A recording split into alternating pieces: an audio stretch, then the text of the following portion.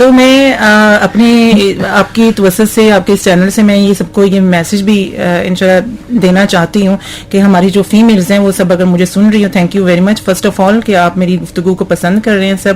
تو آپ لوگ سب اپنی بچیوں کو بہت زیادہ موٹیویٹ کریں, ان کو کانفیڈینس دیں, اور وہ کچھ کرنا چاہتی ہیں ان کو فریڈم دیں, وہ جو ان کا دل کرتا ہے وہ کریں.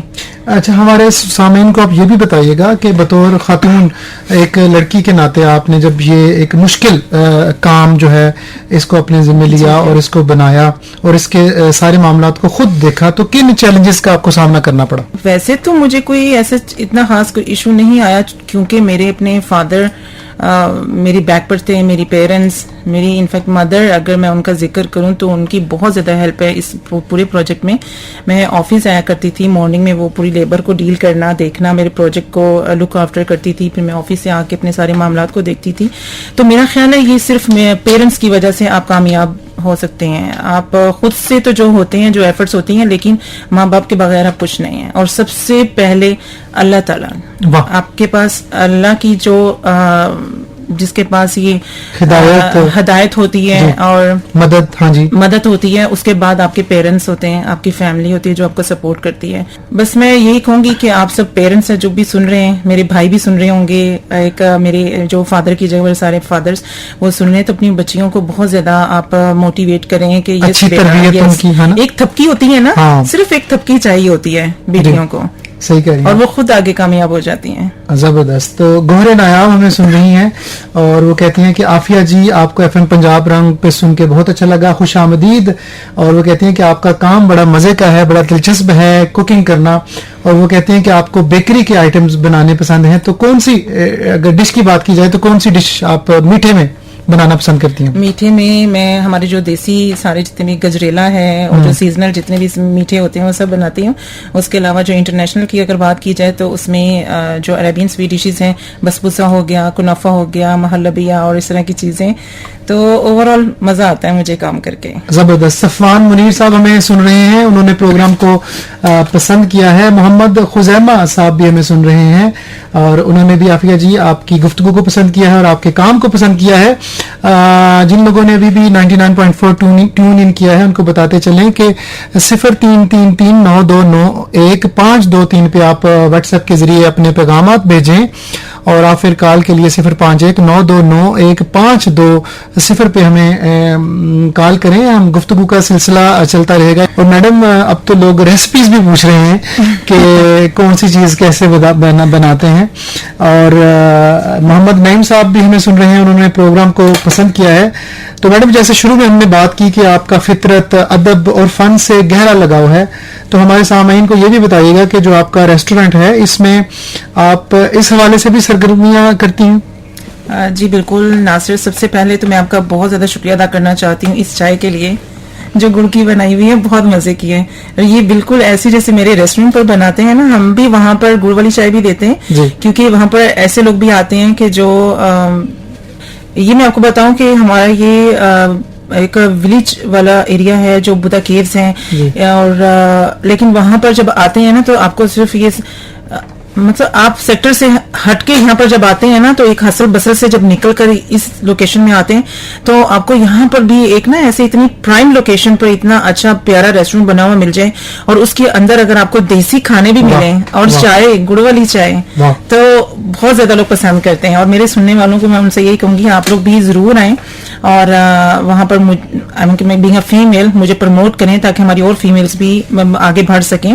اچھا, آپ نے جیسا کہ پوچھا کہ یہاں پر ہم اور کیا کیا ادبی حوالے سے ایکٹیویٹیز کرواتے ہیں, تو ناصر یہاں پر ہمارے جو قوال ہیں یہاں پر ہم قوالی نائٹس بھی آرگنائز کرواتے ہیں, اور جو ہمارے شاعر ہیں وہ اکثر وہاں پر آ کے محفلیں لگاتے ہیں ماشاءاللہ سے, اور بہت زیادہ ٹائم وہاں پر اسپینڈ کرتے ہیں چونکہ یہ نیچر کے قریب ہے, نیچرل انوائرمنٹ ہے.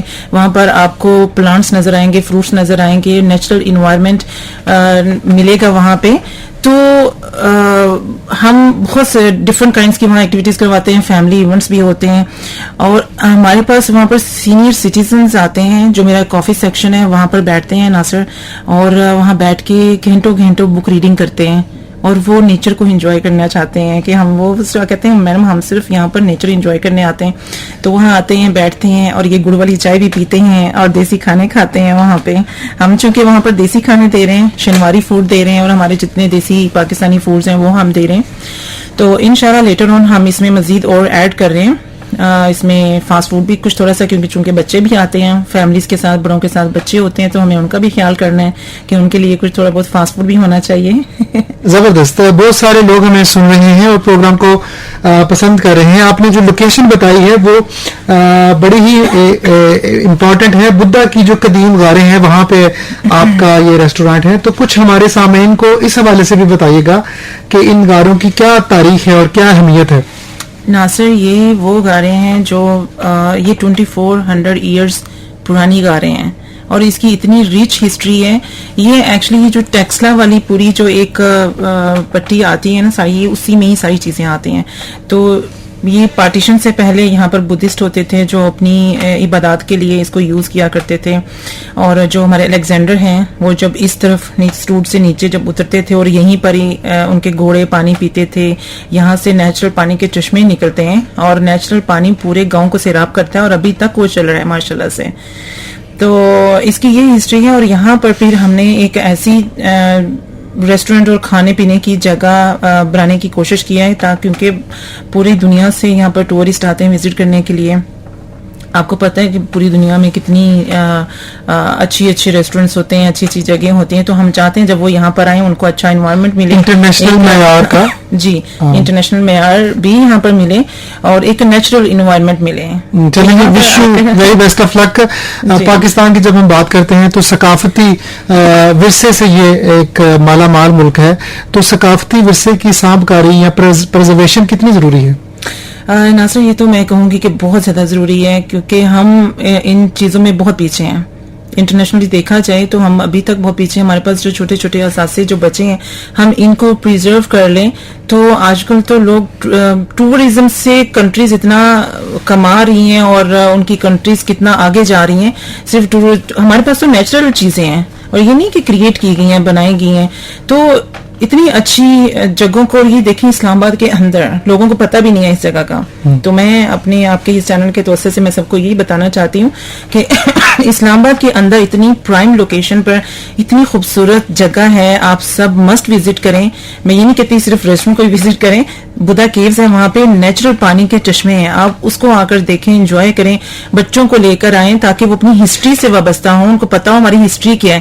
اور الیگزینڈر جس کو ہم الیگزینڈر دی گریٹ بہت سنتے ہیں, ہمارے بچوں نے بھی پڑھا ہوگا, تو ان کو ایکچوئل میں وہاں پر ان کو لا کے ان کو دکھائیں اور بتائیں کہ ہمارے الیگزینڈر یہاں سے گزرے ہیں. اچھا میڈم, سیاحت کی جب بات کی جائے تو چونکہ آپ کے پاس نہ صرف پاکستان بلکہ انٹرنیشنلی بھی لوگ یہاں پہ آتے ہیں, تو کیسے ہم اپنے ملک میں سیاحت کو مزید فروغ دے سکتے ہیں؟ دیکھیے ناصر, میں کہتی ہوں کہ انڈیویجولی بھی ہم سب کو جتنا خود سے ہو سکتا ہے اپنا پارٹ پلے کرنا چاہیے. اور اپنی گورنمنٹ سے بھی ہم یہی ایک اپیل کریں گے, ریکویسٹ کریں گے, بڑی ڈیپلی ریکویسٹ کریں گے کہ دیکھیں جو اس طرح کی ہسٹوریکل جگہ ہیں, سب سے پہلے تو یہ کہ ان کا بہت زیادہ خیال کیا جائے تاکہ جو بھی لوگ آئیں وہ اس چیز کو وہ دیکھ سکیں. یہاں پر اسٹوپا بھی ہے اور سب سے مین چیز جو ہے نا وہ ایکسیس ہے. یہاں کے روڈز اسلام آباد کے اندر اتنی خوبصورت جگہ اور وہاں تک جانے کے لیے روڈز بالکل بھی اچھے نہیں ہیں.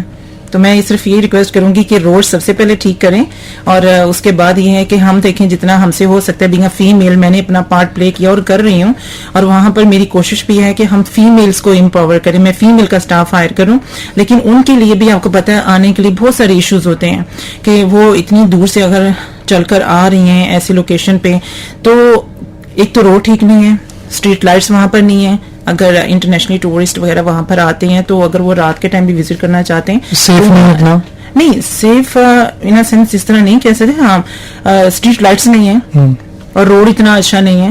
اگر کوئی آتا ہے تو وہ کیسے وہاں تک اپروچ کریں, لیکن پھر بھی لوگ آ رہے ہیں.